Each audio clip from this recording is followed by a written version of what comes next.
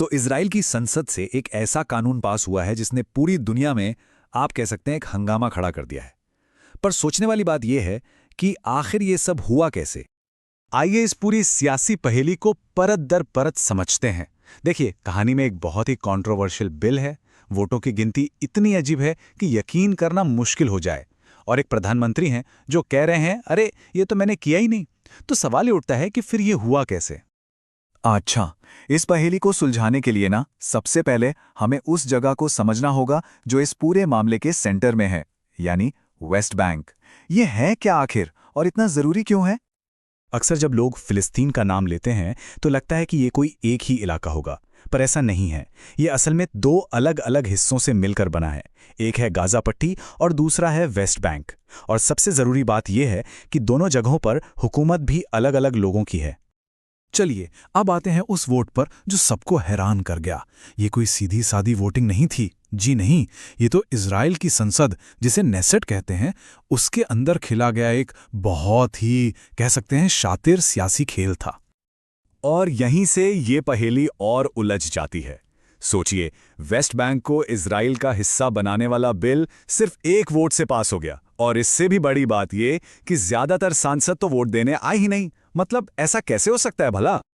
जैसे ही ये हुआ, प्रधानमंत्री नेतन्याहू ने दुनिया को बताया, अरे ये तो ऑपोजिशन का बिल था, हमारा नहीं।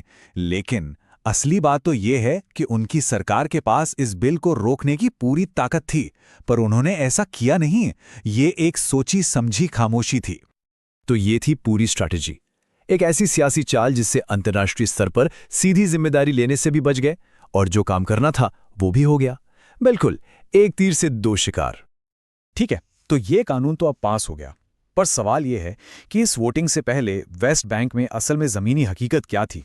ये समझना बहुत ज़रूरी है, क्योंकि ये बिल कोई हवा में से नहीं आया है।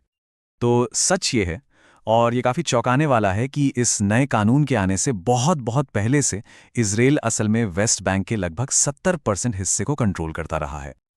अब ये बहुत दिलचस्प है। देखिए, कागजों पर वेस्ट बैंक को 3 जोन में बांटा गया है, एरिया ए, बी और सी। लेकिन इजराइल की बस्तियां, उनकी मिलिट्री चेकपोस्ट्स और ज्यादातर जरूरी चीजें वो सब एरिया सी में है, जो कि सबसे बड़ा इलाका है। तो असली कंट्रोल का मैप तो यही है। और इस कंट्रोल का असर सीधा वहां के आम लोगों की जिंदगी पर पड़ता है। मतलब नौकरी करनी हो, इलाज के लिए जाना हो, या एक जगह से दूसरी जगह जाना हो, हर चीज के लिए वेस्ट बैंक में फिलिस्तीनियों को इजरायली अधिकारियों की परमिशन पर डिपेंड रहना पड़ता है। अगर थोड़ा पीछे जाकर देखें तो ये कहानी कोई नई नहीं है। 1967 की लड़ाई में इजराइल ने वेस्ट बैंक पर कब्जा किया था। फिर 90s में ओस्लो शांति समझौता हुआ, जिसमें तय हुआ कि इजरायली सेना पीछे हटेगी। लेकिन असल में वो पूरी तरह से कभी पीछे हटी ही नहीं। अब इस बिल के टाइमिंग देखिए। इसकी वजह से ये मामला और भी बड़ा हो गया।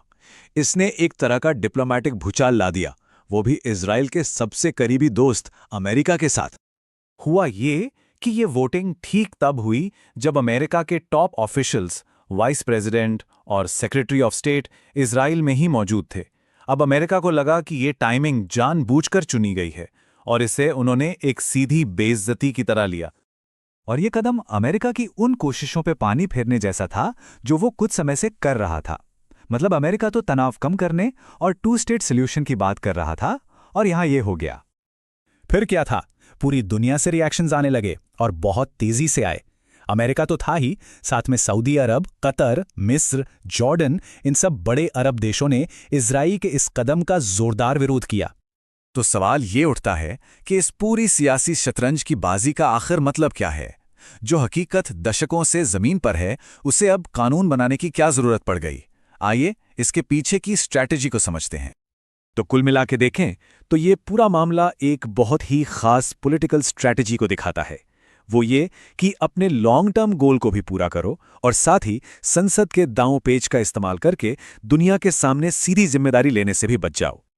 तो ये कदम जो है, ये ज़मीन की हकीकत को कानूनी जामा पहना देता है, और अपने पीछे एक बहुत ही अहम सवाल छोड़ जाता है कि जब एक असलियत को इस तरह कानून बना दिया जाए, तो क्या शांति की उम्मीद या 2 स्टेट सॉल्यूशन की संभावना हमेशा के लिए ख़त्म हो जाती है?